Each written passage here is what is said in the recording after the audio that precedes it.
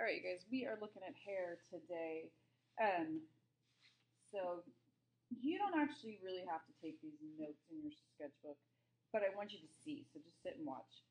The deal with hair is that what I find my students often want to do is this. They'll look at her hair, here's her face, and they'll just start drawing line after line after line. That's a big no. Do not draw hair like that.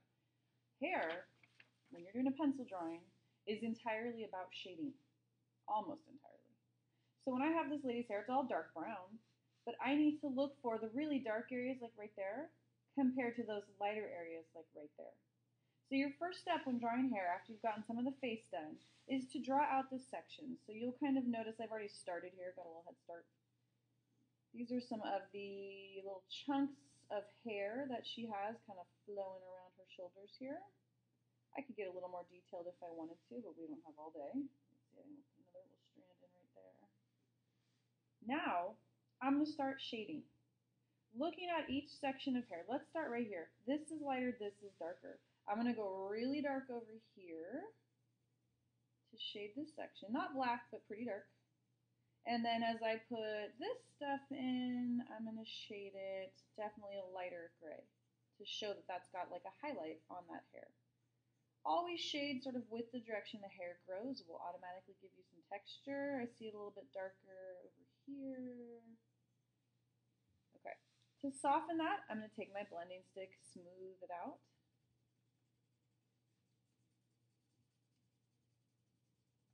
And then with each of these sections, I'm going to go back in and I'm going to add just a few lines. Just enough lines to sort of show which direction is that hair growing. We don't want to completely leave lines out of the equation, but we don't want it to be a bunch of scribbled lines. So a few lines that just sort of help us understand which way the hair is growing or coming down the side of her face. Other things I need you to look at. There's typically very dark shadows right here. That's a terrible thing to point this. Along the edge of the face, you'll often find these dark shadows. Where the hair lifts away from the head, you'll see shadows that it's casting on the side of the face. And down here, underneath the chin and in this neck area, it's always going to be really dark. So that's another part I need you to pay attention to make sure that it looks like there's dimension. What I find students doing is they'll shade the hair and it's all perfect, but it looks like it's plastered flat onto the side of the face. To give it that look that it's lifting off the face, that's why that shadow is really important. A cast shadow makes it look like it separates from the face a little bit. So hair takes a little bit of time and patience, but most important thing that you get out of this is that you are working with shading.